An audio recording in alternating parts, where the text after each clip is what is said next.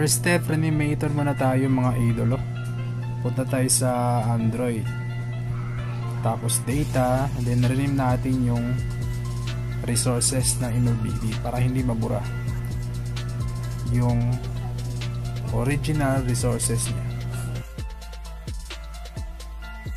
So yan yung original resources natin. Then yan, pwede nyo nang yan install yung current MLBB app nyo. Tapos install na natin yung app guys. Yung link nasa pin comment. So check nyo lang doon sa pin comment. So ito yung link. Install nyo lang yung Blackbox at saka X installer. Pagkatapos yung ma-download yung link.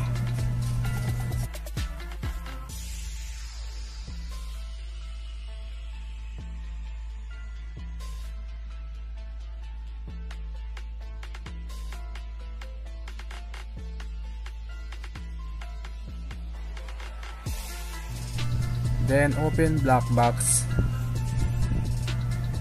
Then click mo yung 3 dot guys sa gilid, yung 3 dot. Then click settings. Then enable expose framework. Then tap module manager.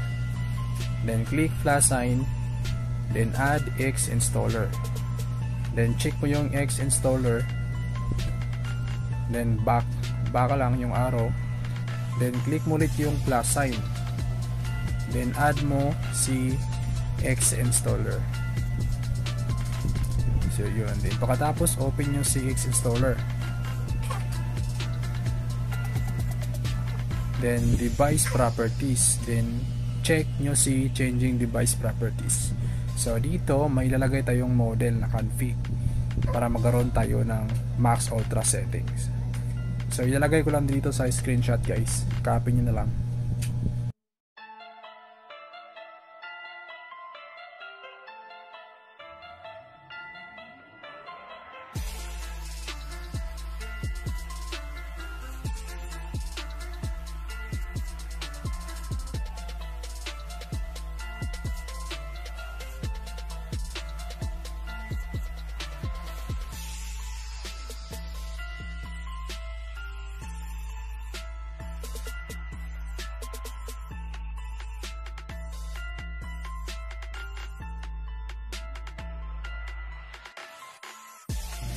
Then after nyo ma-set up lahat guys, back lang kayo, then click mo ulit yung plus sign.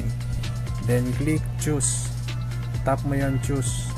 Then locate mo yung na-download na file, yung MLBB, import nyo. So kung saan nakalagay yung file na download nyo, import nyo lang yung, then tap nyo sa MLBB.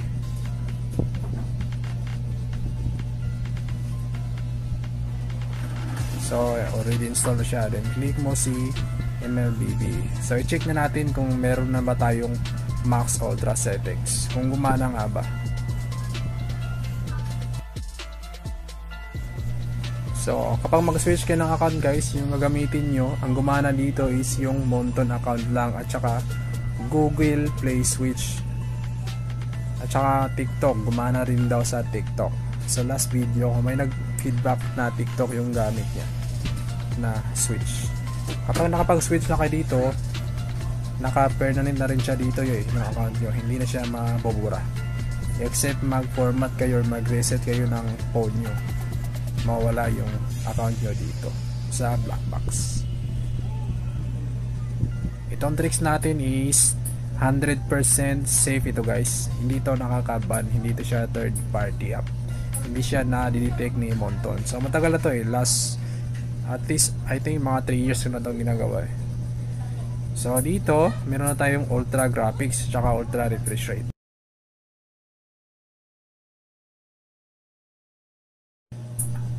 So dito, at dahil meron tayong max ultra settings ni MLBB, ipapakita ko sa inyo kung paano i-move yung main resources natin dito sa Blackbox. So ipapakita ko, napakadali lang guys. Punta lang tayo sa Z-Archiver, yung Android, sa Android tsaka data. Z-Archiver, Android, then data, yung sa first, sa unahan. Ito yung main resources natin. So copy nyo lang or cut kayo na kung anong gusto nyo. So sa akin, copy ko lang. Then tap mo yan, device storage, then Android ulit, tapos data. Sa pinakababa meron kayo makikita dyan na black box file. So click lang natin yan, then click files, black box,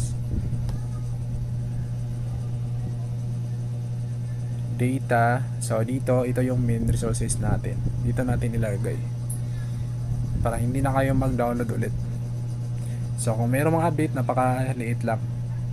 So yun lang guys, stay tuned. It's hard to breathe, but that's alright.